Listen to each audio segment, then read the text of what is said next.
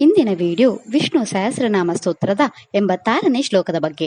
ಈ ವಿಡಿಯೋದಲ್ಲಿ ವಿಷ್ಣು ಸಹಸ್ರನಾಮ ಸ್ತೋತ್ರದ 86ನೇ ಶ್ಲೋಕದ ಅರ್ಥವನ್ನು ತಿಳಿದುಕೊಳ್ಳೋಣ ಮತ್ತು ಈ ಶ್ಲೋಕವನ್ನು ಪಠಿಸುವುದರಿಂದಾಗುವ ಪ್ರಯೋಜನಗಳನ್ನು ಸಹ ನಾವು ತಿಳಿದುಕೊಳ್ಳೋಣ. ವಿಷ್ಣು ಸಹಸ್ರನಾಮ ಸ್ತೋತ್ರದ 86ನೇ ಶ್ಲೋಕವು ಹೀಗಿದೆ. ಸುವರ್ಣ ಬಿಂದು ರಕ್ಷೋಭ್ಯಃ ಸರ್ವಭಾಗೀಶ್ವರೀಶ್ವರಃ ಮಹಾರಥೋ ಮಹಾಗರ್ತೋ ಮಹಾಭೂತೋ ಮಹಾನಿಧಿಃ.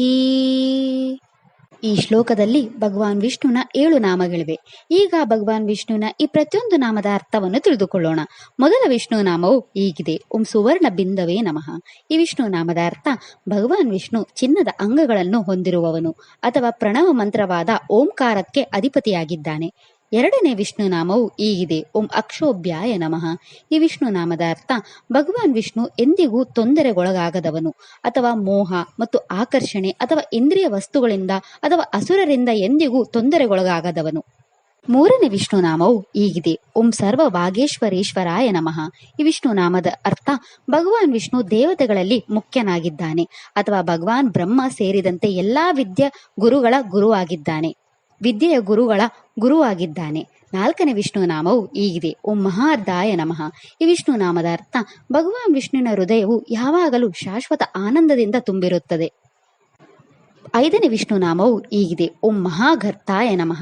ಈ ವಿಷ್ಣು ನಾಮದ ಅರ್ಥ ಭಗವಾನ್ ವಿಷ್ಣು ಭ್ರಮೆಯ ಅಧಿಪತಿಯಾಗಿದ್ದಾನೆ ಅಥವಾ ಮಹಾನ್ ಸಾರಥಿಯಾಗಿದ್ದಾನೆ. ಆರನೇ ವಿಷ್ಣು ನಾಮವು ಹೀಗಿದೆ. ಓಂ ಮಹಾಭೂತಾಯ ನಮಃ.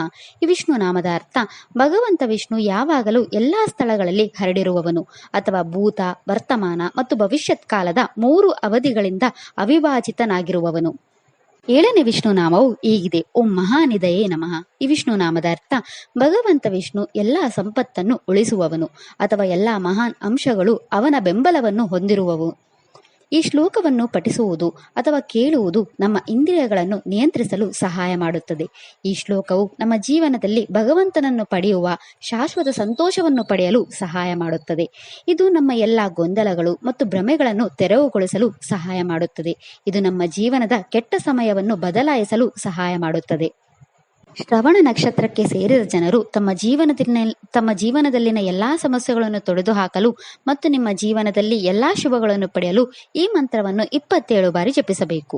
ಇದಿಷ್ಟು ವಿಷ್ಣು ಸಹಸ್ರನಾಮ ಸ್ತೋತ್ರದ 86ನೇ ಶ್ಲೋಕದ ಕುರಿತಾಗಿತ್ತು. ನಾಳೆಯ ವಿಡಿಯೋದಲ್ಲಿ ವಿಷ್ಣು ಸಹಸ್ರನಾಮ ಸ್ತೋತ್ರದ 87ನೇ ಶ್ಲೋಕದ ಮೇಲೆ ಚಿಂತನೆಯನ್ನು ಮಾಡೋಣ. ಶ್ರೀಕೃಷ್ಣ ಅರ್ಪಣಮಸ್ತು. ಈ ವಿಡಿಯೋ ಇಷ್ಟ ಆದರೆ ಲೈಕ್ ಮಾಡಿ, ಶೇರ್ ಮಾಡಿ ಮತ್ತು ಚಾನೆಲ್ ಸಪೋರ್ಟ್ ಮಾಡೋಕೆ ಸಬ್ಸ್ಕ್ರೈಬ್ ಮಾಡಿ. ಧನ್ಯವಾದಗಳು.